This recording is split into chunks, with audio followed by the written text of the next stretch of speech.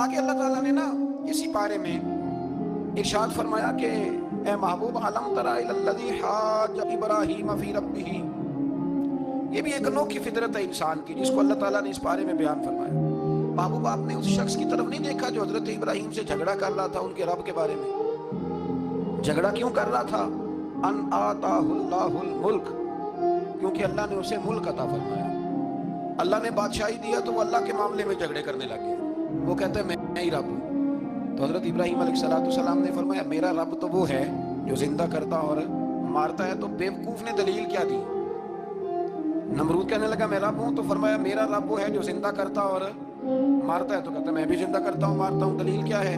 ایک سزائے موت کا قیدی منگایا، اور حضرت ابراہیم علیہ السلام کے سامنے کہنے لگا بھی تمہاری سزا کیا تھی؟ وہ کہنے لگا کل پرسوں پھانسی ہونے والی تھی، کہنے لگا جاؤ تم آزاد ہو۔ کہنے لگا دیکھ لو میں نے زندگی دے دی نا، حالانکہ یہ پرسوں مر جاتا۔ اور ایک بے گناہ کو پکڑا، تلوار ماری اور قتل کر دیا، کہنے لگا دیکھو میں بھی تو زندگی اور موت دیتا ہوں۔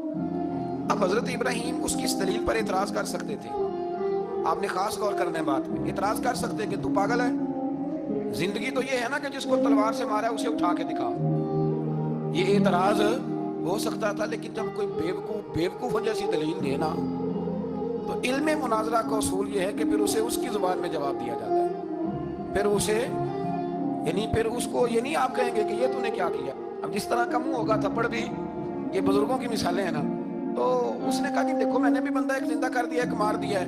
اب یہ اس کی بیوقوفوں جیسی دلیل تھی، لیکن چونکہ بندہ ہی بیوقوف تھا تو اس کی اس کو سمجھ نہیں آنی تھی، تو حضرت ابراہیم نے دلیل بدل لی اور آپ فرمانے لگے چلو پھر اگر یہی بات ہے تو میرا رب وہ ہے جو سورج کو مشرق سے نکالتا ہے اور مغرب میں غروب کرتا ہے۔ تو اگر رب ہے نا تو اس طرح کر، فاتی بہا من المغرب، تو اسے مغرب سے نکال۔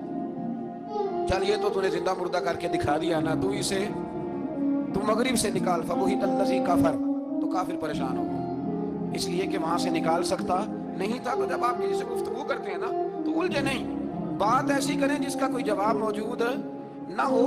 یہاں مفسرین نے ایک بڑی شاندار بات لکھی ہے، مفسرین کہتے ہیں کہ اگر وہ یہ کہہ دیتا نا یہاں پہ، کیونکہ بیوقوف تھا نا، کہہ نہیں سکا، اگر کہہ دیتا نا کہ مشرق سے تو میں نکالتا ہوں، تو آپ اپنے رب سے کہیں وہ مغرب سے نکالے، تو مفسرین کہتے ہیں اگر حضرت ابراہیم فرما دیتے نا تو رب کریم نے سورج مغرب سے بھی نکال دینا، لیکن فبہت الذی کفر، وہ یہیں پہ نہ رہ